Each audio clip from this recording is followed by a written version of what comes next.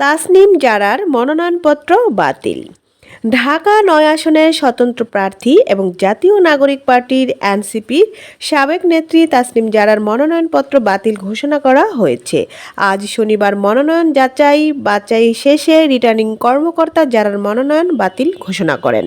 ঢাকা বিভাগের অতিরিক্ত বিভাগীয় কমিশনার মোহাম্মদ আজমল হোসেন আজ প্রথম আলোকে এ তথ্য নিশ্চিত করেন। আজমল হোসেন ফোনে বলেন, মোট ভোটাররা মধ্যে ৪,৩০০ জনের স্বাক্ষর প্রয়োজন ছিল। সেটা ঠিকই ছিল, বরং কিছু বেশি ভোটারের স্বাক্ষর ছিল।